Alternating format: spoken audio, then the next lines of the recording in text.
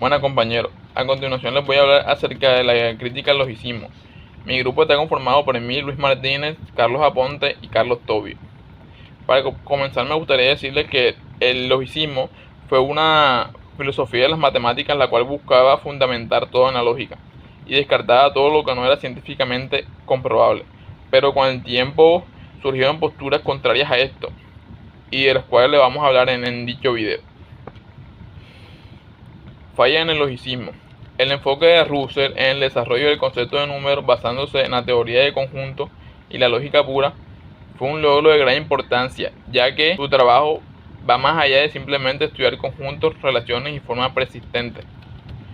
Y ya que Russell analiza todas las posibilidades imaginables, su definición de relación no solo se aplica a las relaciones comunes expresadas en el lenguaje cotidiano, ya que también habían sido estudiadas anteriormente en otros trabajos, sino también todas las relaciones que pueden definirse entre dos o más conjuntos. Esto implica un cambio significativo en la forma en la que las palabras se relacionan con el pensamiento humano, y su revisión y su reconstrucción de las matemáticas permiten aplicaciones incluso en las ciencias sociales, algo imposible de imaginar anterior al siglo XX. Sin embargo, lo irónico es que el propio Russell se convierte en uno de los críticos más vehementes en el sistema logicista que él mismo ayudó a construir, ya que junto con Whiteham, su aguda capacidad analítica no solo le permitió identificar fallas en el sistema original, Frege, sino también en el programa logicista que él mismo llevó a cabo. La crítica más fuerte proviene de la dificultad para proporcionar una fuente infinita de elementos que respalde la propiedad que no puede haber dos números naturales con el mismo sucesor. Además se menciona del uso de la relación de equivalencia de similar a, que cuando se cumplen todos los requisitos de una relación de equivalencia lleva la partición del conjunto de todos los conjuntos en clases de conjuntos similares. Esta naturaleza paradójica del conjunto de todos los conjuntos, identificada por Cantor y la cual reconoce Russell, plantea desafíos fundamentales. Y Russell ya había comprendido la necesidad de introducir varios axiomas extralógicos para abordar la deficiencia en su sistema. Esto incluyó la adopción de axioma de infinitud debido a la presencia de las antinomías y el empleo de axioma de elección. Ambos axiomas implican la postulación de la existencia de ciertas entidades matemáticas, contradiciendo los principios fundamentales del logicismo.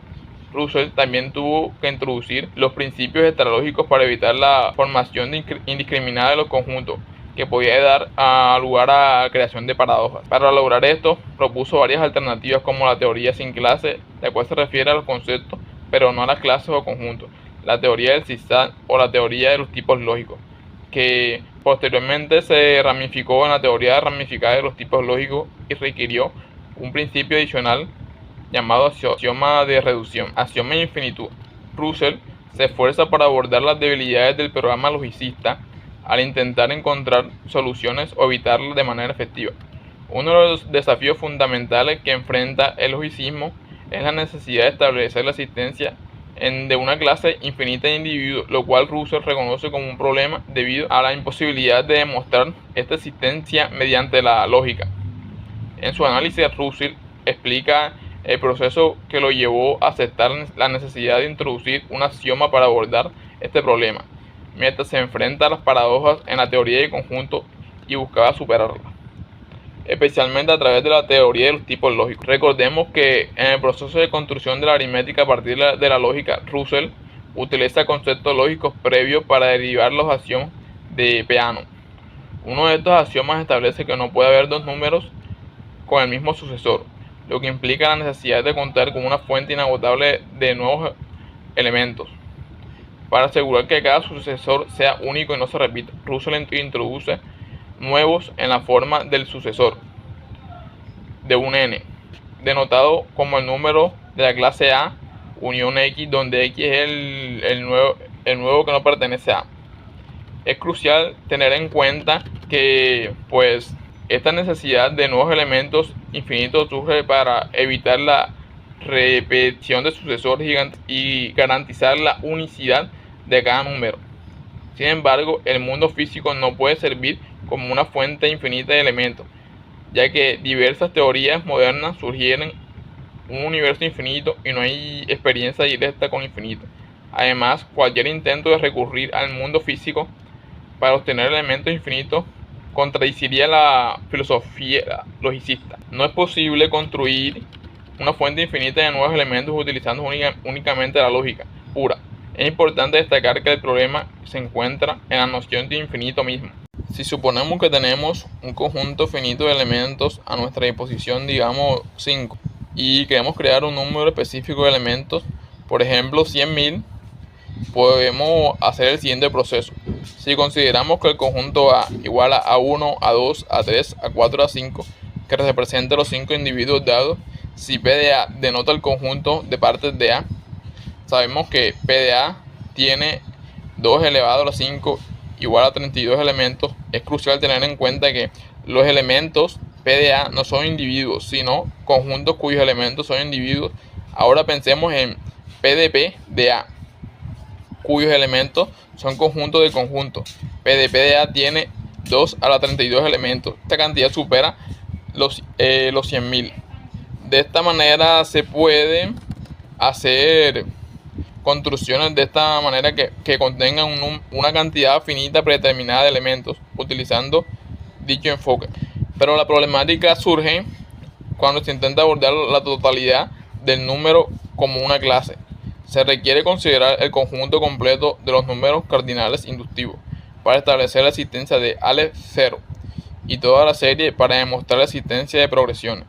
Para lograr estos resultados sería necesario completar la totalidad de los conjuntos que se construyeron anteriormente, formando así una clase cuyos elementos serían estos conjuntos. Pero sin embargo, al construir esta clase de esa manera, se creería que la situación problemática, la clase contendría todos los subconjuntos como elementos, la cual entra en conflicto con el teorema que establece que para cualquier elemento n, el número de subconjuntos es siempre menor del doble de n. En otras palabras, siempre hay un subconjunto de elementos en un conjunto dado. Además, si se intentara simplificar el proceso, se crearía una clase que tuviera todo. Esta clase también se incluiría a sí misma como elemento. Hemos visto anteriormente cómo esta construcción lleva a la paradoja de la teoría de conjuntos. Como resultado, Russell llega a la conclusión que si partimos de un número finito específico de individuos, no es posible construir un conjunto adecuado que abarque ni siquiera el conjunto de los números naturales. Por lo tanto, se ve obligado a introducir la siguiente axioma. Axioma de infinitud. Para cualquier número cardinal inductivo n, existe al menos un conjunto de individuos con n términos. Según dicho axioma, siempre existiría un conjunto con el número infinito de elementos, pero este postulado no queda fundamentado en la lógica solamente, y es posible cuestionarlo. A pesar de todo, este fue asumido debido a las antinomías de la teoría de los conjuntos, ya que esto representa una gran amenaza para la filosofía logicista. Axioma de la elección. En esta, Russell nos lleva por un recorrido intelectual en el cual se confrontan las limitaciones de la lógica para derivar el infinito y la necesidad de introducir nuevos axiomas. En este caso, en el axioma de la elección. El cuestionar las concepciones sobre la naturaleza de los conjuntos y la realidad matemática, sobre el axioma de elección y su equivalencia con otras preposiciones fundamentales, revela la complejidad del universo matemático y los diversos enfoques lógicos que podemos adoptar. La idea de que la lógica matemática no es simplemente la raíz, sino una rama intrínseca de las matemáticas, refleja la flexibilidad y la riqueza de la disciplina matemática. La interconexión entre la lógica y diferentes ramas de las matemáticas, mientras que la lógica matemática ha proporcionado herramientas poderosas para explorar los fundamentos y consistencia de las matemáticas. También nos enfrenta a las preguntas filosóficas profundas sobre la naturaleza de los conjuntos y estructura de la matemática. Pero todo esto nos lleva a recordar la belleza y complejidad inherente a las matemáticas, la capacidad de cuestionar y explorar nuevos axiomas y enfoques lógicos demuestra la vitalidad y la vital importancia de la investigación matemática en nuestra comprensión del mundo que nos rodea. Nos invita a apreciar la matemática como una disciplina en constante evolución, donde las preguntas fundamentales continúan inspirando la búsqueda de conocimiento y la expansión de nuestro entendimiento. Bueno, a continuación los dejo con mi compañero Carlos Aponte. Buenas noches, hoy les vengo a hablar acerca de las antonimias de la teoría de conjuntos. Se sabe que hacia 1900 el descubrimiento de contradicciones o antonimias en la teoría ingenua de conjuntos llevó a una situación muy conflictiva. La existencia de antonimias ya había sido anunciada sin darle excesiva importancia por Hilbert en un artículo sobre los números reales de 1900, y Zermelo había encontrado por su cuenta la llamada paradoja de Russell. Hilbert y Zermelo, igual que Dedekind y algún otro, conocieron el asunto de las antonimias gracias a discusiones y cartas de Cantor. El historiador Urquhart y el lógico Tait han argumentado que Cantor encontró las paradojas ya en 1883, al publicar los fundamentos de una teoría general de conjuntos, donde introdujo por primera vez los números transfinitos. Esto está de acuerdo con alguna afirmación del propio Cantor, escrito al cabo de años, pero no se compadece con los detalles de la información disponible. En realidad, todo apunta a que Cantor encontró los argumentos concretos de las paradojas en 1896, cuando trabajaba en una exposición sistemática de sus ideas y conjuntistas, queriendo establecer resultados sobre Aleph mayores que n sub 0 y n sub 1. Llegó a considerar el conjunto de todos Aleph y entonces vio cómo se obtenía una contradicción empleando el teorema de Cantor. Esto es lo que se le puede llamar como la paradoja de Cantor. Las antonimias o contradicciones lógicas internas a veces se encuentran en la base de la teoría de conjuntos. Un ejemplo famoso es la paradoja de Russell, propuesta por Bertrand Russell a principios del siglo XX. Russell se preguntó, si definimos el conjunto de los conjuntos que no se contienen a sí mismos, ¿este conjunto se contiene a sí mismo? Esta pregunta llevó a una contradicción lógica. También se puede hablar de la paradoja de Russell. Imaginemos el conjunto R, que contiene todos los conjuntos que no se contienen a sí mismos. Ahora la pregunta es simple, ¿R se contiene a sí mismo? Si R se contiene a sí mismo, entonces debe ser excluido de R por definición. Pero si R no se contiene a sí mismo, entonces debería incluirse en R según su definición. Es un dilema lógico. Frente a estas antonimias, las matemáticas han desarrollado diversas estrategias para evitar contradicciones. Una de ellas es la teoría de conjunto Zermelo-Fraenkel, que establece axiomas más precisos para evitar paradojas como las de Russell. También existe la teoría de tipos, que clasifica a los objetos matemáticos en niveles para evitar autoinclusión. Paradoja de la autorreferencia. La paradoja de la autorreferencia es un fenómeno lógico en el que una declaración o proposición hace referencia directa o indirecta a sí misma, y esto crea una situación problemática o contradictoria. En el contexto de la teoría de conjuntos, la paradoja de Russell es un ejemplo clásico de una paradoja de autorreferencia. En la paradoja de la autorreferencia también podríamos usar la paradoja de Russell antes mencionada, ya que esta paradoja, al considerar el conjunto R que contiene todos los conjuntos que no se contienen a sí mismos, ahora la pregunta sería, ¿R se contiene a sí mismo? Si R se contiene a sí mismo, entonces según la definición de R, debería incluirse R, ya que solo debería contener conjuntos que no se contengan a sí mismos. Por otro lado, si R no se contiene a sí mismo, entonces debería incluirse en R según su definición como el conjunto de los conjuntos que no se contienen a sí mismos.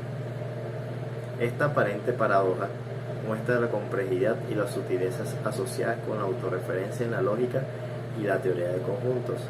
Esta paradoja condujo a una reconsideración de los fundamentos de la teoría de conjuntos y la lógica. Para evitar paradojas de autorreferencia como la de Russell, los matemáticos han desarrollado varias estrategias como lo son la teoría de conjuntos de Zermelo-Fraenkel. Se establecieron axiomas más precisos para definir conjuntos y evitar construcciones que podrían conducir a paradojas. La teoría de tipos, que ésta introduce niveles de jerarquías para los objetos matemáticos, clasificándolos en tipos. Esto evita la posibilidad de autorreferencia al restringir las relaciones y funciones entre diferentes tipos. la lógica modal, que ésta en algunos enfoques incorpora conceptos de modalidad para distinguir entre afirmaciones hechas de dentro y fuera de un sistema lógico. El significado filosófico de la paradoja de autorreferencia no solo es fascinante desde un punto de vista matemático, sino que también tiene implicaciones filosóficas. Esta cuestiona la autoconsistencia y autoevaluación de los sistemas formales y lleva a una reflexión más profunda sobre la naturaleza de la lógica y la autocontención en los conceptos matemáticos y lógicos. Para concluir, la paradoja de autorreferencia, como la paradoja de Russell, destaca la necesidad de una cuidadosa formulación de los principios lógicos y matemáticos para evitar contradicciones internas, y ha influido significativamente el desarrollo de la teoría de conjuntos y la lógica moderna. Muchas gracias. Entre las paradojas cuasimáticas podemos estudiar la de Berry y Richard. En primer lugar, observamos que un número puede describirse de muchas maneras. Por ejemplo, el número que se describe con la palabra 3 también puede describirse por medio de la expresión como el sucesor de 2 o el número primo impar menor. En la paradoja de Berry se considera que el conjunto S de todos los números que pueden describirse en algún idioma en particular, digamos en español, con 100 letras o menos. Este conjunto es finito, ya que se considera que el alfabeto español tiene 27 letras. En total hay 27.100 combinaciones posibles de cada 100 letras en español. Se sigue que el conjunto en cuestión no puede sobrepasar las 27.100 elementos, así que se establece que es finito. Pero hay que decir que hay infinitos números que no están en el conjunto en cuestión. La paradoja de Richard contempla una lista de propiedades de los números naturales. Así lo anuncia en cientos de idiomas en las propiedades de los números naturales. Ahora bien, esta se ordena en una lista teniendo en cuenta el número de letras que aparecen en el enunciado de cada una de ellas, colocando las que tienen menores letras de primero. Y si hay dos enunciados que tienen la misma cantidad de letras, se ordenan alfabéticamente. Una vez ordenada la lista, podemos establecer correspondencia uno a uno entre los números naturales y las propiedades de la lista anunciando o enumeradas a continuación. Ser par, ser impar, ser primo y ser menor que 8.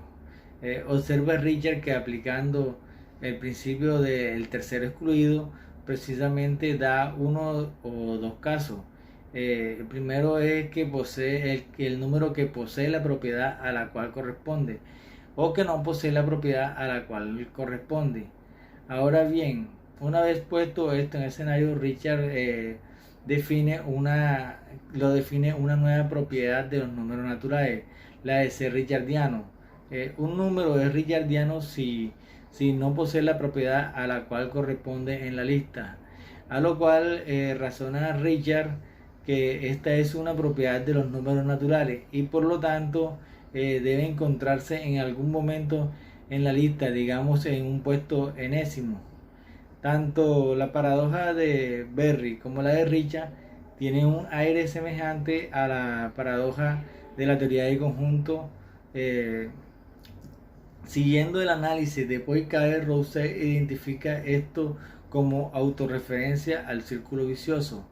Nótese que Richard define las propiedades de ser richardiano con base a una lista de propiedades y luego las ubica a esas propiedades en una misma lista que utilizó para definirla. Poincaré se enfoca en la atención de conjunto de propiedades de los números. Anota que el conjunto de las propiedades de los números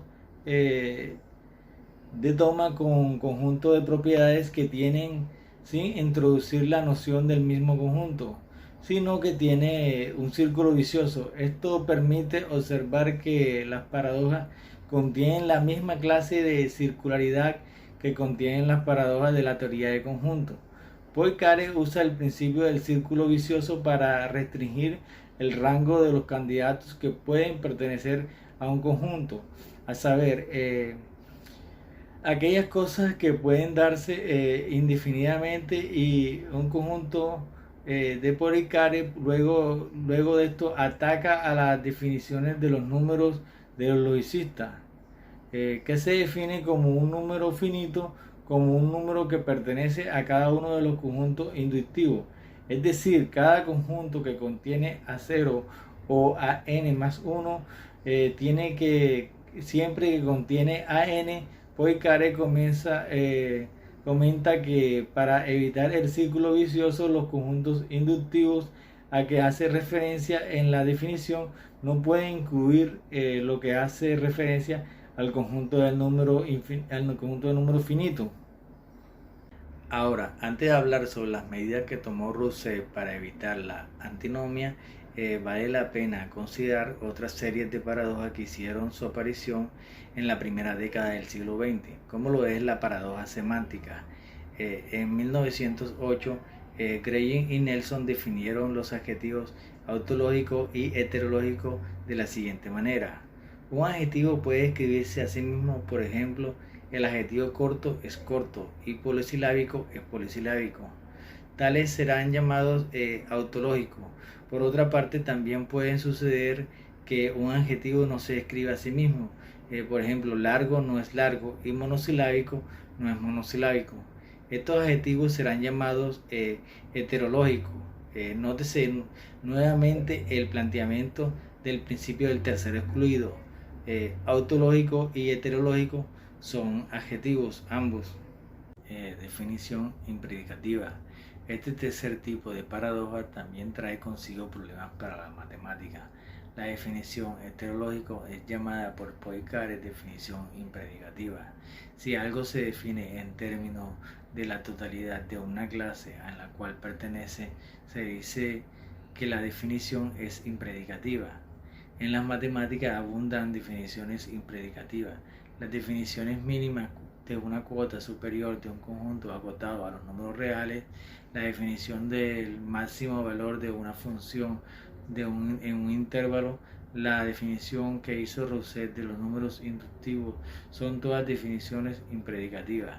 Rousseau aceptó la crítica de Poincaré en sentido de que las paradojas aparecidas se deben a la autorreferencia o a los círculos viciosos.